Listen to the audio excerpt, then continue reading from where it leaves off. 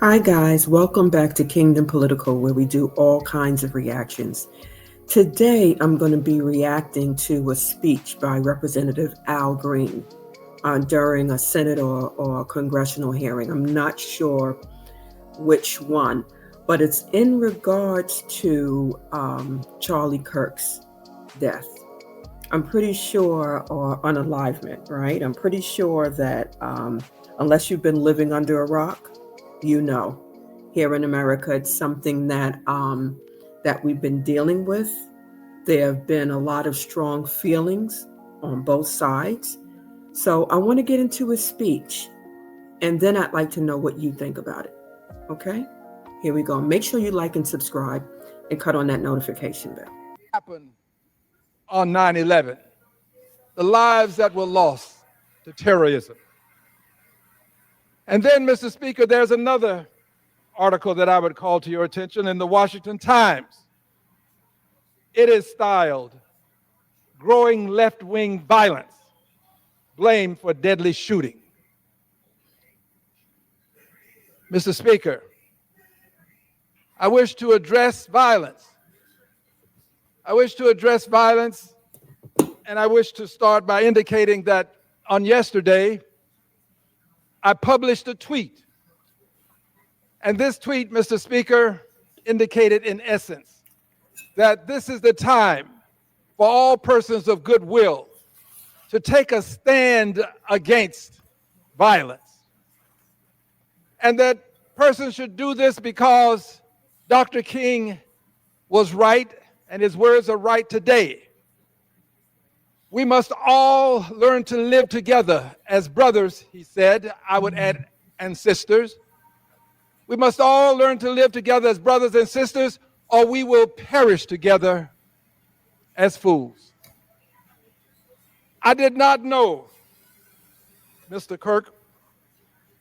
I don't believe I've ever met him. I meet a lot of people, so I may have, but I don't believe that I have. But here's what I know about him. He was a human being. He was a child of the same creator that created me. He had every right to express his views. He had every right to differ with me as much as he wanted to and anybody else. He had every right to be where he was and to speak on the issues of importance to him in ways that I might not agree with, but he had a right to do this. He had a right to life. He had a right to say these things in venues across the length and breadth of this country, and I would say across the globe. These were his rights. He had the right to be where he was and to do what he was doing. I don't know him as a person who has said things that I would always agree with. But I want his wife and his children to know that I'm saddened by his demise. I'm saddened by the fact that he was assassinated. I'm saddened by it. It is painful. I regret that it happened, and if I could have prevented it, I would have.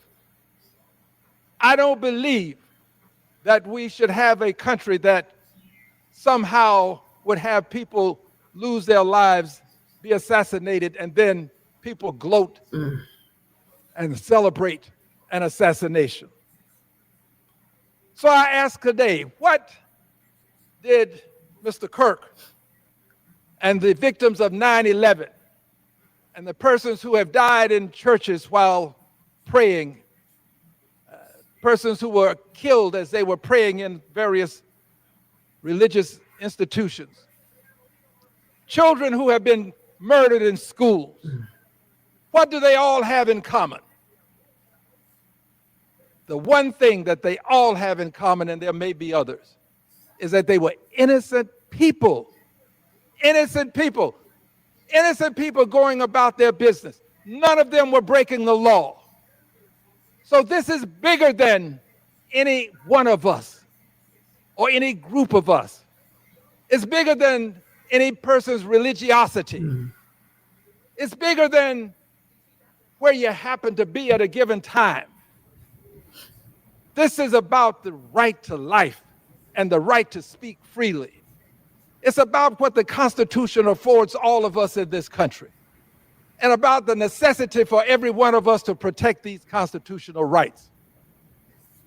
This is about people who have been born and fortunate enough to have been born in the United States of America, or people who have come to the United States of America.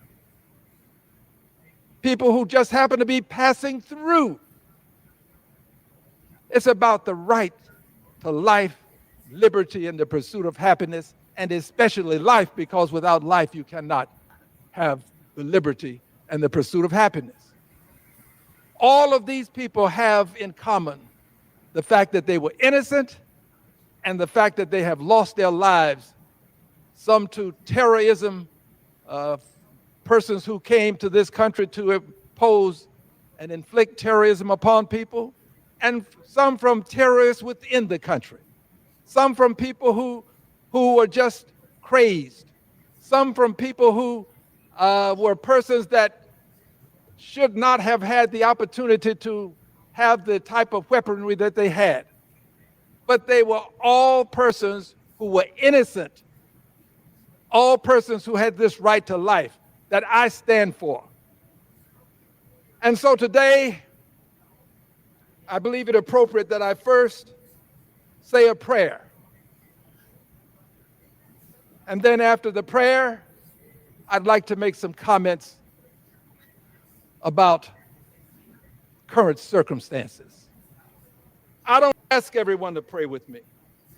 You pray with me if you desire. If you choose to do other things, then do those other things. Normally, I'm not on Al Green's side. I'm not a Democrat. I'm not a Republican. I'm actually independent. So I choose what is right. I choose my delegates, my legislators, my senators, and the president according to what God tells me to do. What things they value, what things that the things that they don't value. Like, I value life. I value freedom. I don't believe that, and you can tell me, let me know if you think I'm wrong, but I don't believe that children at a young age should have these sex operations. I don't believe that. I don't believe in unaliving babies, but these are my thoughts.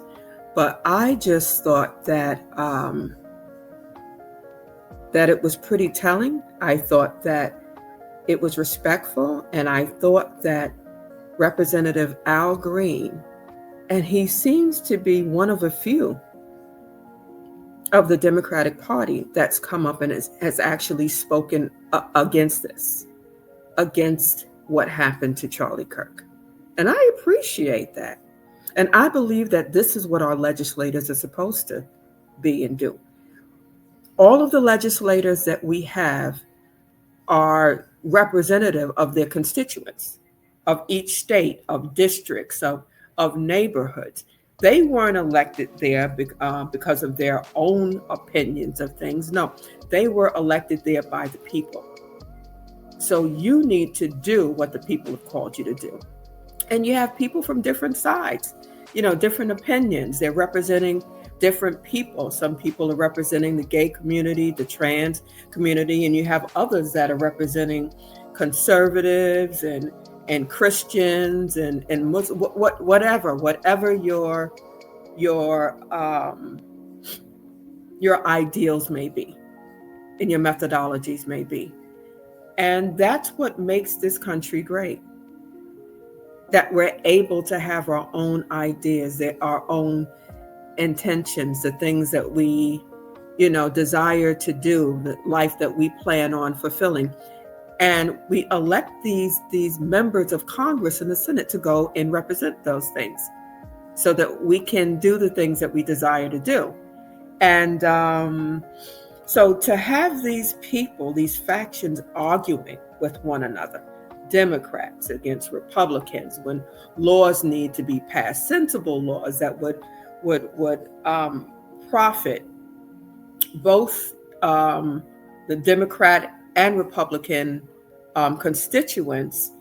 You have these people that have such a hate for one individual that they're not willing to work on the other side for the benefit of their constituents.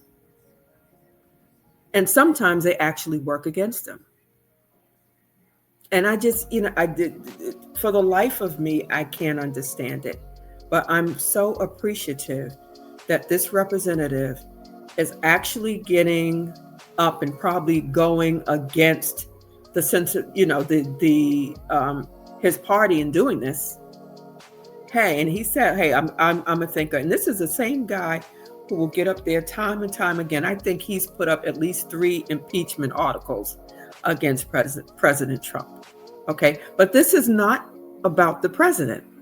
This is about a young man, a father, a husband, a Christian that wanted to go to college campuses to debate, to talk about ideals, to talk about morality, to talk about his beliefs, and to listen to opposing beliefs and have a debate, sensible debate, nonviolent debate. And I'm seeing all of these misquotes, right? Or partial quotes. I'm seeing these little fractions of sentences that are being placed out there. Charlie Kirk said this, Charlie Kirk said that. And of course, I don't know him, and I'm an older person, but I actually listened to quite a few of the debates. And I took those quotes and put them in Google to look up the speeches to find out, hey, did this guy actually say the derogatory things that the left are claiming that he said? No, not at all. So let me know what you guys think about this. But I appreciate it that, Representative Al Green got up there. He spoke about this unalivement of Mr. Kirk. He said that it wasn't right. Nobody should, be unalive for their political views, and is actually offering a prayer for his wife and his children. And what did he say about it? He said, this is not a left or right thing. This is about humanity. The right to live. Free speech. But I do have to tell you one thing, because a lot of people take free speech and, they take it to the end. Free speech is only free and applies to you as long as it's not injurious to another people. That's actually written in our Constitution too. Maybe not that same verbiage, but you have free speech, but you can't go into, let's say, a crowded movie theater and yell fire if there's no fire, or a nightclub or bar or something like that, and cause a trampede. You'd actually be prosecuted for something like that. So in that light, free speech, calling someone a fascist and a Nazi, and causing others to, look at something like that and think that, hey, if this person really is a fascist and a Nazi, maybe I need to take them out for democracy. Should that be covered under free speech? You guys let me know in a comment. Okay? But make sure you like and subscribe and cut on your notification bell for more content like this. All right? And let me know what you think, guys. All right? Have a good one, guys. Be blessed.